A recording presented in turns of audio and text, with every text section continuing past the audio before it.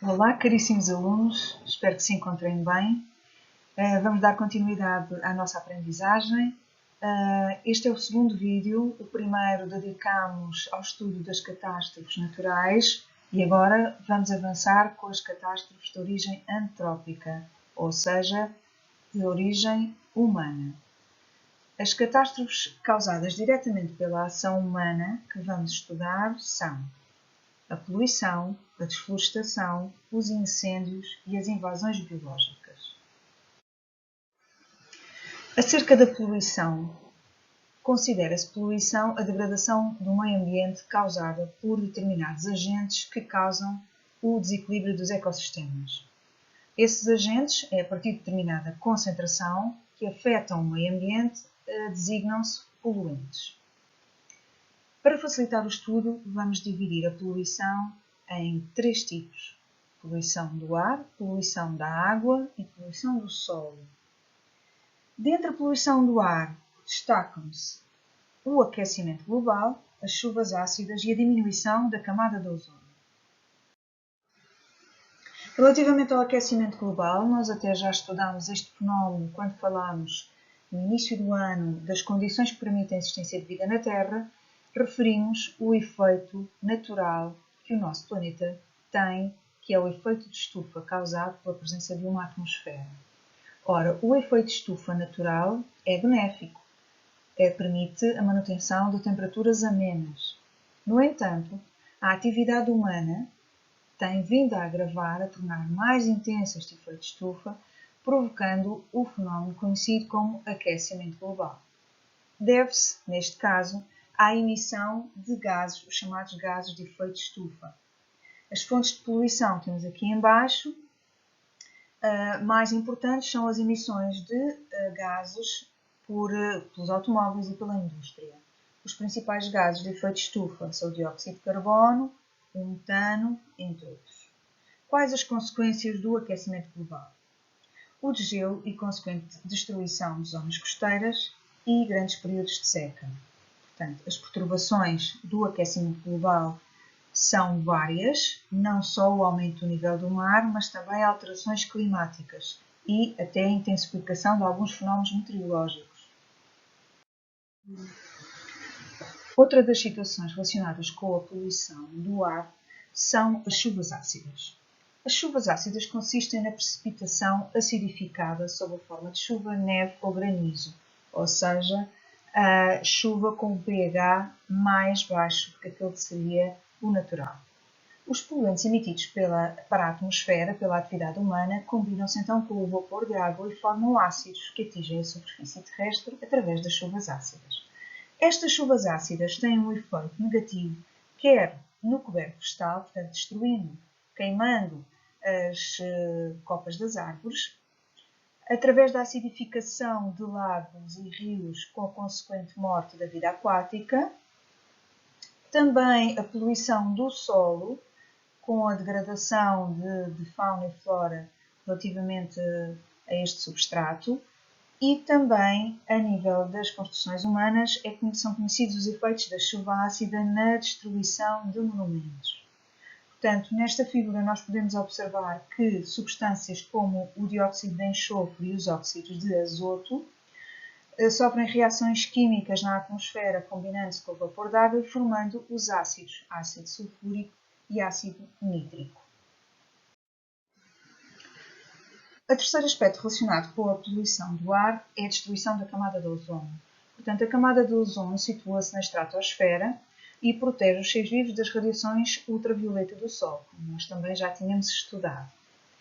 Verificou-se, a certa altura, que na zona da Antártida estava a surgir uma região onde a camada de ozono estava extremamente fina, designado o buraco da camada de ozono. Portanto, traduz-se na rarefação da camada de ozono que envolve a Terra. Os principais pontos de poluição responsáveis pela formação do buraco da camada de ozono são os aparelhos de refrigeração, aerossóis, que são os sprays, nomeadamente os frigoríficos e também aparelhos de ar-condicionado. Estes aparelhos usavam uma substância designada de clorofluorcarbonetos, Entretanto, foi uma situação que foi possível combater com uma estratégia mundial em que, através de um protocolo, os países se responsabilizaram por deixar de utilizar estes clorofluorcarbonetos, também vulgarmente chamados de CFCs, na produção destes aparelhos. Ou seja, é uma consequência positiva da capacidade que os homens tiveram de se organizar e tentar minimizar um problema. Portanto, a camada de ozono tem vindo a recuperar e é um aspecto muito positivo da nossa capacidade de juntos resolvermos questões globais.